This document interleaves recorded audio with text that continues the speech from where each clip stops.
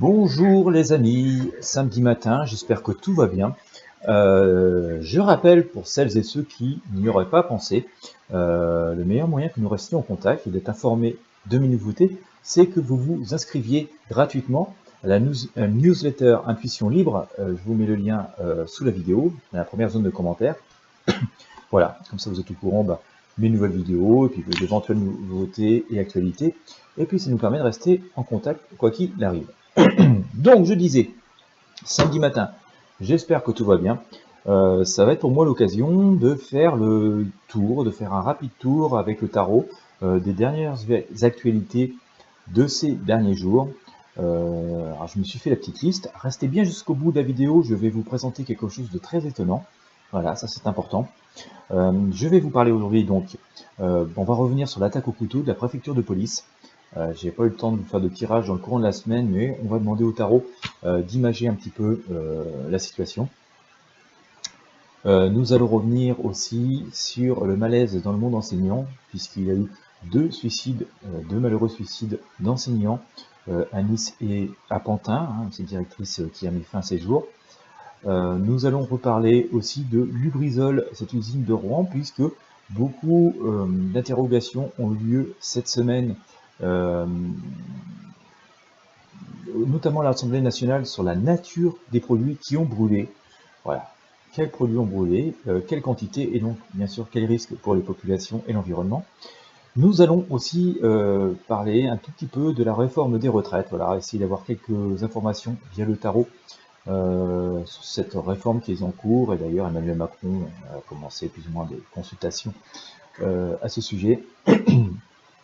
Et voilà, je vais vous montrer quelque chose d'intéressant vers la fin, sans oublier de parler de la journée mondiale de la santé mentale, qui est le 10 octobre, et c'est très important d'en parler, surtout dans nos sociétés hyper stressées, surtout en ce moment. Voilà. Alors on va commencer par l'attaque au couteau de la préfecture de police. Ça c'est quand même quelque chose qui est assez incroyable et qui peut quand même nous interpeller profondément, puisque ça veut dire que... Alors il semblerait que c'est une attaque terroriste, puisque le parquet antiterroriste, d'après ce que j'ai pu voir, s'est saisi du dossier, et c'est quand même un peu inquiétant de voir, bon, c'est pas très français ce que je viens de dire, c'est plutôt inquiétant de voir qu'à l'intérieur de nos rouages, de nos forces de sécurité, peuvent se devenir de tels événements, et voilà, ce que je voulais juste demander au tarot, en fait, on va imaginer en 2-3 arcanes pour chaque question, sinon ça va être trop long. Je voulais demander au tarot quand même de nous symboliser de cette situation. On a vraiment l'impression que voilà, on a un danger au cœur même de nos institutions, de rouage de du fonctionnement de nos pays. Ça, c'est assez préoccupant. Donc je vais demander au tarot de sortir quelques arcanes.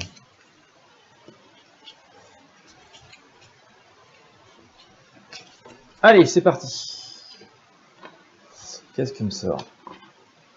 L'impératrice. Alors l'impératrice, vous voyez, elle tourne la tête.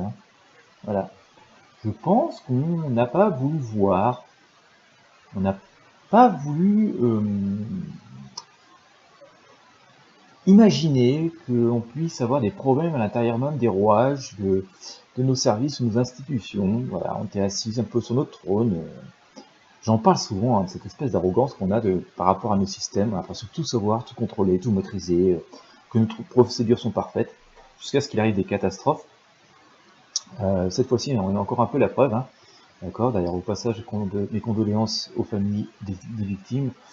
Et voilà, cette impératrice avec son bouclier, qui ne semble même pas d'ailleurs se méfier de quoi que ce soit, pourrait symboliser finalement cette espèce d'aveuglement à ne pas vouloir voir que rien n'est parfait et que malheureusement des catastrophes sont possibles. Mais en même temps, voilà, j'ai sorti ma papesse qui nous indique quand même que là maintenant on va commencer à s'y intéresser et à peut-être faire le tour de nos différents services et de nos différentes institutions pour s'assurer que d'autres événements dramatiques ne puissent pas se produire. Ça ne veut pas dire qu'il ne va pas s'en produire, d'accord, mais ça veut dire qu'on va commencer enfin à s'interroger, et à faire le tour de cette situation qui est préoccupante. Moi, je trouve ça en tant que citoyen assez préoccupant. On va voir si je peux sortir une arcane sur le tarot des druides qui symbolise ça. J'ai, ouais, le magicien. Oui, il y a quand même des choses qui semblent confirmer ce que je vous disais tout à l'heure, qui échappent un peu à l'esprit rationnel, au côté cartésien, vous savez. Euh, cette certitude que tout est sous contrôle, que l'on maîtrise tous avec nos savoirs, nos procédures et tout. Le magicien nous montre ici qu'il y a bien des choses que nous ignorons et que tout n'est pas aussi maîtrisable et maîtrisé que ce qui a pu nous sembler dans nos systèmes jusqu'ici, quoi, et que tout est perfectible, dont nos règles de sécurité. Voilà, c'est un avertissement, hein. Je pense que vous nous donnez le tarot ici, donc voilà, j'espère que les personnes qui peuvent agir et prendre en considération ça, éviter d'autres actes malheureux, voilà, bien conscience que c'est un avertissement. Voilà, donné par le tarot et par l'univers, hein. Voici pour ce sujet. Pas grand chose d'autre. On va passer à l'autre sujet donc. C'était, oui, voilà, je vous disais, ce malaise dans le monde enseignant. Une directrice qui s'est suicidée dans l'établissement à Pantin. J'ai vu ce matin qu'il y avait eu un autre souci d'un enseignant à Nice. Voilà. On sent beaucoup de désarroi et beaucoup de mal-être dans nos écoles, dans notre système éducatif. Ce qui est très malheureux parce que l'éducation est quand même quelque chose de primordial et qui permet justement aux consciences de s'élever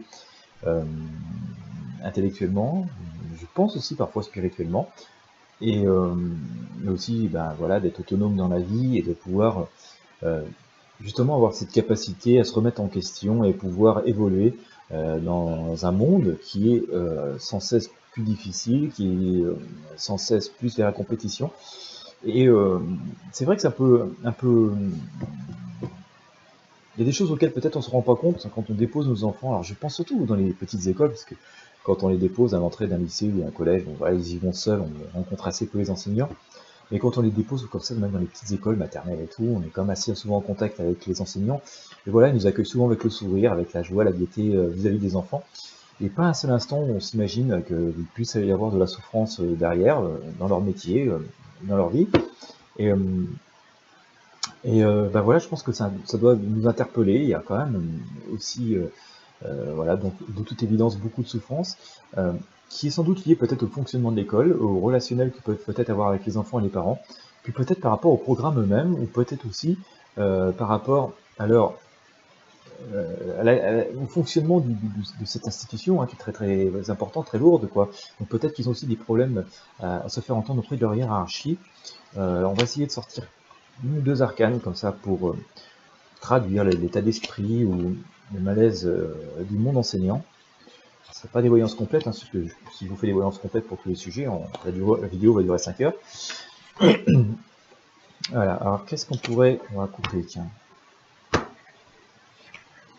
Voilà, bah écoutez, hein, ça parle tout seul, hein, on sent quand même beaucoup de solitude.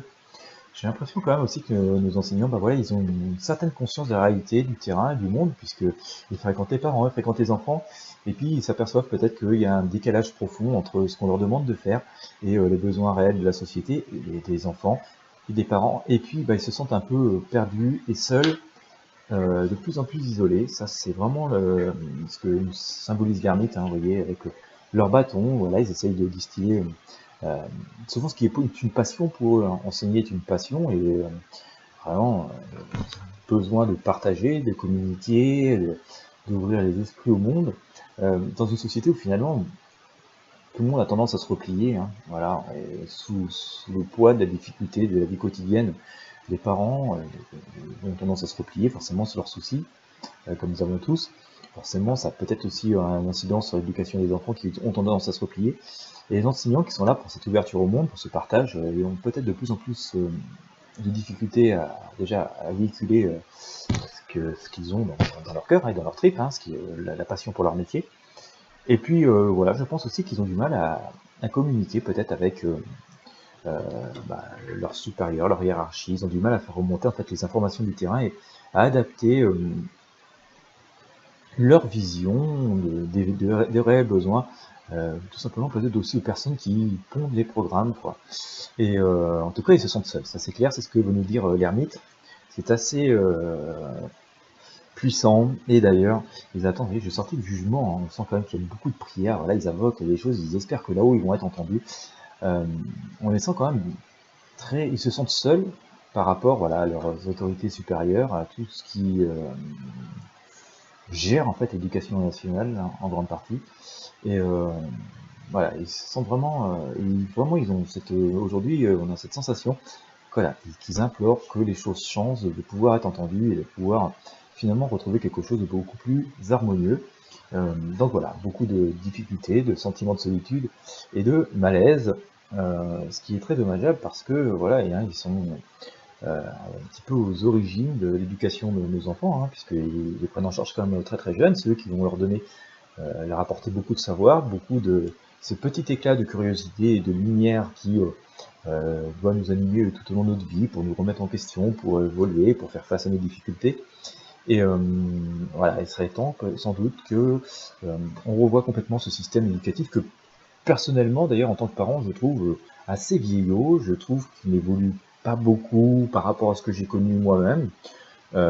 C'est pas une critique envers les enseignants, hein, c'est le système en lui-même, quoi. Et d'ailleurs, nous-mêmes parents, quand on veut vraiment communiquer, remonter des choses, même si les enseignants sont assez rapidement à notre écoute, on sent que pour changer vraiment des choses, pour pouvoir accéder à des choses particulières dont peuvent avoir besoin nos enfants, c'est vite compliqué parce que derrière, il y a un système qui est quand même très lourd, très, très lent, il y a beaucoup de lourdeur et que voilà, ils se retrouvent eux-mêmes en fait avec eux-mêmes conscience d'un problème, des demandes de parents qui sont parfois justifiées d'ailleurs, donc ils prennent en considération, mais ils ont aussi conscience que ça va être difficile de pouvoir apporter la solution aux problèmes rencontrés, même s'ils sont bien pleins de bonne volonté. Donc courage à eux, à tous ceux qui font leur métier avec cœur et passion. Voilà ce que j'avais à dire donc pour ces dramatiques situations. On sent quand même que c'est très très sombre dans cette rentrée, hein. Je dis souvent dans plein de tirages, sur plein de choses. Autant l'été a été un peu léger. Voilà. Si certaines personnes me reprochaient de ne pas voir de catastrophe, j'avais dit que la rentrée serait autrement plus dure et malheureusement, c'est ce qui se passe. Nous allons passer donc à l'usine Lubrizol. Ah bah oui, parce que ça fait un peu plus d'une semaine qu'elle a brûlé.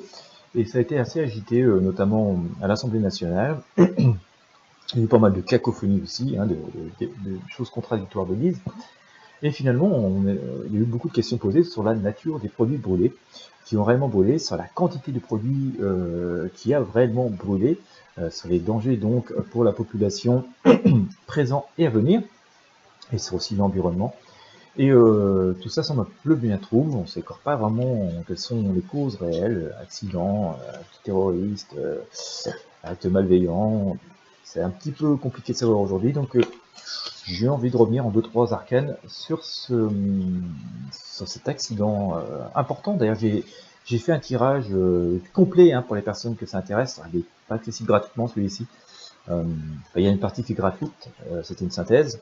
Et si vous vous intéressez au tirage complet, je vous mettrai le lien sous la vidéo pour connaître si éventuellement nous risquons d'autres catastrophes industrielles en France. Donc le Lubrizol, quels produits ont brûlé? Alors, on va voir si tirer une arcane pour symboliser finalement la dangerosité. Alors, il est là.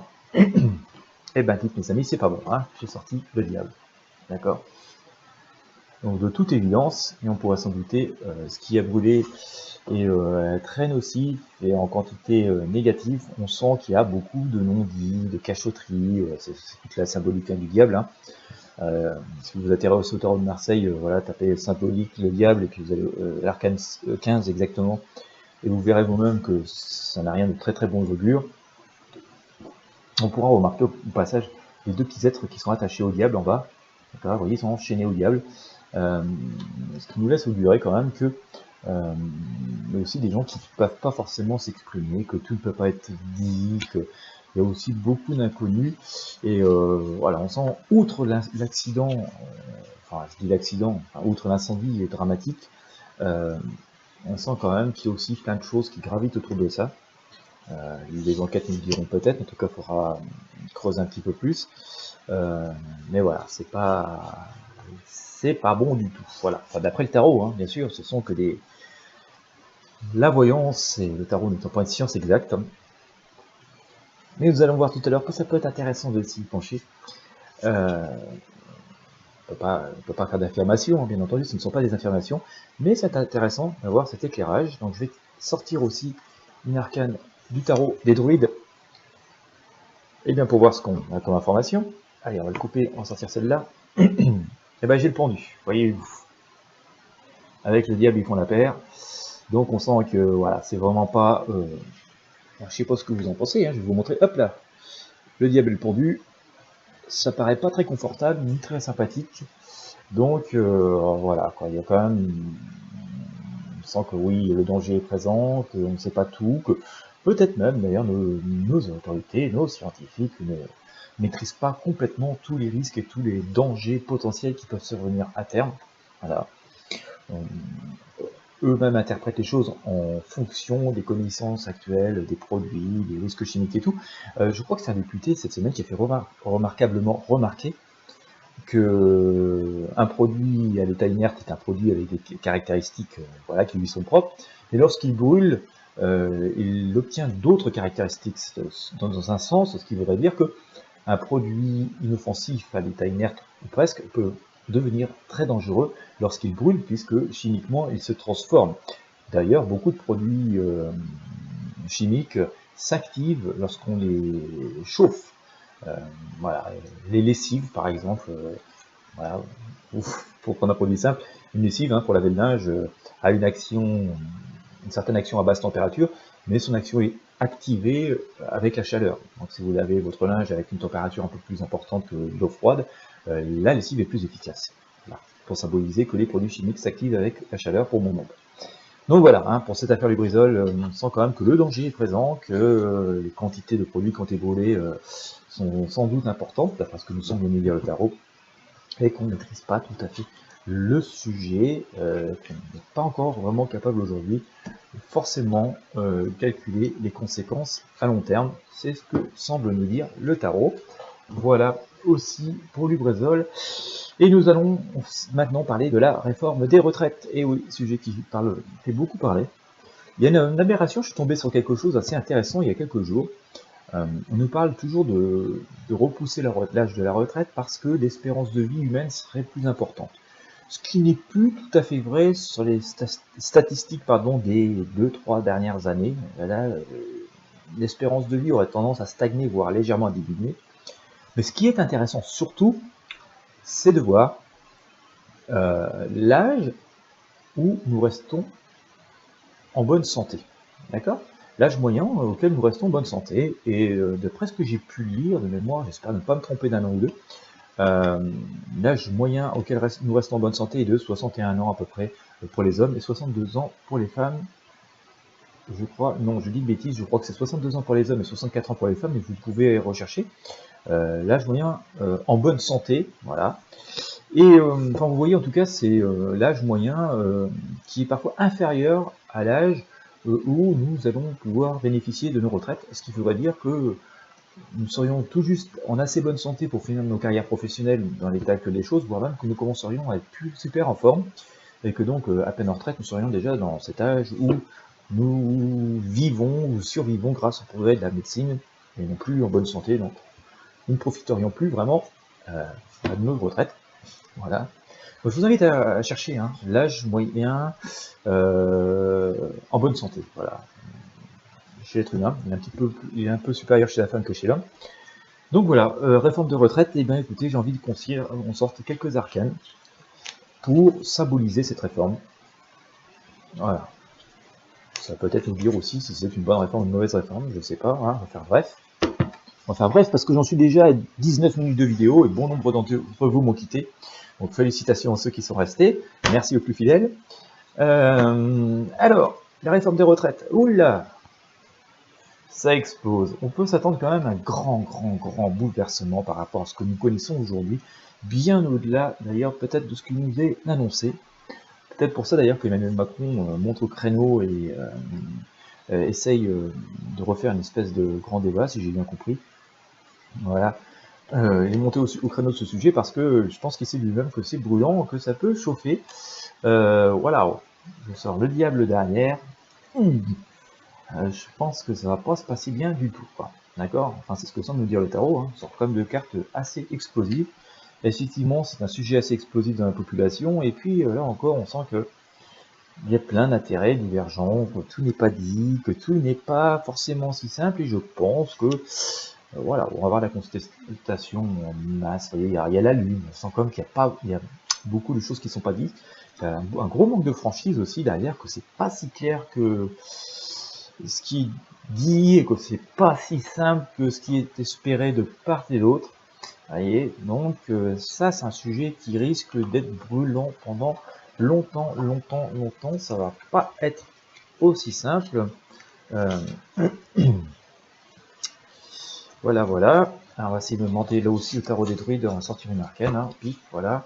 Voilà, et je sors le magicien, voilà, donc ça nous confirme aussi un peu ces noms bibliques. Il peut y avoir des choses vraiment qui sont en dehors du contexte, ou en dehors de notre pouvoir, ou que c'est pas aussi simple peut-être de résoudre euh, ce problème d'âge de retraite, ou de départ en retraite, ou d'octroi des retraites. Il y a des choses qui sont plus liées à la vie, et c'est vrai que, enfin on va dire d'un point de vue spirituel, c'est comme un peu vers cette dernière tranche de vie que l'on s'adresse aux personnes, hein. Et là, peut-être que l'univers commence à reprendre ses droits. Allez, si nous considérons que nous vivons tous une incarnation sur Terre, nous sommes dans cette dernière tranche de notre vie, de cette incarnation que nous vivons, au moment de l'âge de la retraite, avant peut-être de retourner à l'univers, et que petit à petit l'univers commence à reprendre un petit peu possession enfin, contrôle un peu de nous. Ça commence peut-être un peu le bilan de toute une vie de travail, de labeur et de tout ce que nous avons construit aussi. Et que donc, c'est pas forcément que par nos décisions terrestres, nos lois terrestres, que on peut imposer finalement quel va être le style de vie, les conditions de vie de ces dernières lignes droites, en fait, hein, sont divisées la vie en 4. Donc voilà, quoi. Il y a des choses qui ne sont pas dans le pouvoir terrestre, et peut-être dans le pouvoir de nos dirigeants, qui sont plutôt quelque chose de plus spirituel. Voilà, je pense que c'est comme ça qu'on peut l'interpréter. Et donc ça va être compliqué, compliqué, compliqué, compliqué. Je vais essayer de voir au pendule d'ailleurs ce que ça nous dit. Voilà. Est-ce que cette réforme des retraites en France va être difficile? Alors à ma question, hein, j'ai une réponse franche oui par le pendule, hein. Donc vous voyez, tout semble se recouper, que ce soit tarot de Marseille, tarot des druides ou pendule. Ça va être quelque chose de compliqué. Il manque, je pense, bon nombre de paramètres, d'éléments qui ne sont pas pris en considération pour cette mesure. Voilà. Voilà, voilà. Donc à suivre, hein. Je pense qu'on fera des tirages là-dessus parce que ouais, ça va être un sujet qui va durer pendant des semaines, voire des mois. Voilà, voilà. Alors, je vous disais tout à l'heure, avant de clôturer sur un sujet, vous allez voir qui est absolument étonnant, que le 10 octobre 2019 est la journée mondiale de la santé mentale. Dans bon nombre de pays, et surtout les pays finalement réputés riches, industrialisés et tout, on s'aperçoit qu'il y a beaucoup plus de plus en plus de problèmes de santé mentale, même des choses comme l'Alzheimer et tout. C'est quand même assez aberrant, quoi, puisque nous sommes censés être des sociétés les plus avancées et en meilleure santé, hein, voilà. Et, mais aussi beaucoup de stress, beaucoup de maladies dues au stress, à l'angoisse, parce que nous vivons vraiment dans des mondes qui sont très exigeants, quoi. Et donc, je vous invite le 10 octobre à vous intéresser à toutes ces actualités, et peut-être aussi prendre connaissance de tout un tas de moyens simples et naturels pour pouvoir vous préserver, pour pouvoir peut-être méditer, vous retrouver un peu vous-même, retrouver un peu vos racines, et vous sentir beaucoup mieux. J'essaierai peut-être, d'ailleurs si je peux, ce jour-là, de vous distiller quelques petits conseils, quelque chose. Peut-être même que le tarot, d'ailleurs, peut nous dire quelque chose, là, tout de suite, maintenant. C'est ce qu'on va faire, on va sortir une arcane, voilà. Ouais, il nous impose, vous voyez, la papesse, hein, il nous propose la papesse, qui est là aussi, vous voyez, un moment de poser un peu les valises, de s'asseoir, d'essayer de réfléchir, de lire et de comprendre. Il y a plein de moyens naturels aussi de retrouver la paix et l'harmonie avec soi-même. Et donc je vous invite vraiment à vous pencher sur des choses beaucoup plus simples et naturelles que voilà, ce que nous impose souvent la société. Et je voulais finir, donc, alors je vais vous mettre le lien dans la description de la vidéo. C'est une information de LCI, hein, donc là aussi dans l'esprit bien-être et santé. Euh, on va dire, je vais adresser personnellement mes félicitations aux chercheurs qui ont fait ça, parce que c'est quelque chose de prodigieux. Mais vous allez voir, ça va vous interpeller sur autre chose. En fait, alors que je ne dise pas de bêtises, à Grenoble, des chercheurs, hein, d'accord, des scientifiques, ont réussi à mettre au point un exosquelette, d'accord, qui a permis à une personne paraplégique de contrôler cet exosquelette, donc retrouver la possibilité de se mettre debout, d'effectuer des mouvements, de marcher. Vous allez voir, c'est impressionnant. Je vous mets le lien dans la description de la vidéo, donc, de pouvoir se mouvoir par la seule force de la pensée. Parce que cet exosquelette est actionné par la force de la pensée de la personne paraplégique. C'est-à-dire, je veux me lever, je veux bouger un bras, je veux bouger une jambe, je veux marcher. Tout ça par la seule force de la pensée. Il y avait déjà eu, il y a à peu près un an, je crois, une expérience qui avait été faite comme ça, enfin une expérience, une prothèse qui était actionnée comme ça, avec une sonde qui avait été implantée dans la moelle épinière de la personne et qui avait fonctionné, d'accord. Et là, on a un exosquelette complet, hein, donc qui revêt complètement la personne, euh, qui permet donc de se mouvoir par la seule force de la pensée. Ce qui doit nous interpeller, puisque nous sommes en tout cas sur cette chaîne, sur un monde un peu plus spirituel, ésotérique, par la force de la pensée, sur bon nombre de choses. Alors déjà, après tous nos trolls qui détestent la religion, ces choses comme ça, tout ce qui est discipline un peu ésotérique et tout, bon, bah, vous voyez que finalement la science commence, sans vouloir l'admettre, à elle-même utiliser la force de la pensée, d'accord. Ce qui doit nous interpeller aussi sur toutes les, pas les générations, mais voilà, qui nous ont précédés, nos ancêtres, où la ferveur, la foi était puissante, la force de la prière, la foi que parfois certains êtres humains ont eu à construire des statues à l'effigie de leurs dieux, à construire des temples et des pyramides un peu partout dans le monde. Euh, C'était une foi, c'était la force de la pensée, et ils ont été capables de faire des choses prodigieuses avec peu de moyens matériels, hein. Ça c'est complètement incroyable. Ça peut nous faire aussi nous interpeller sur parfois certaines formes de guérison spirituelle.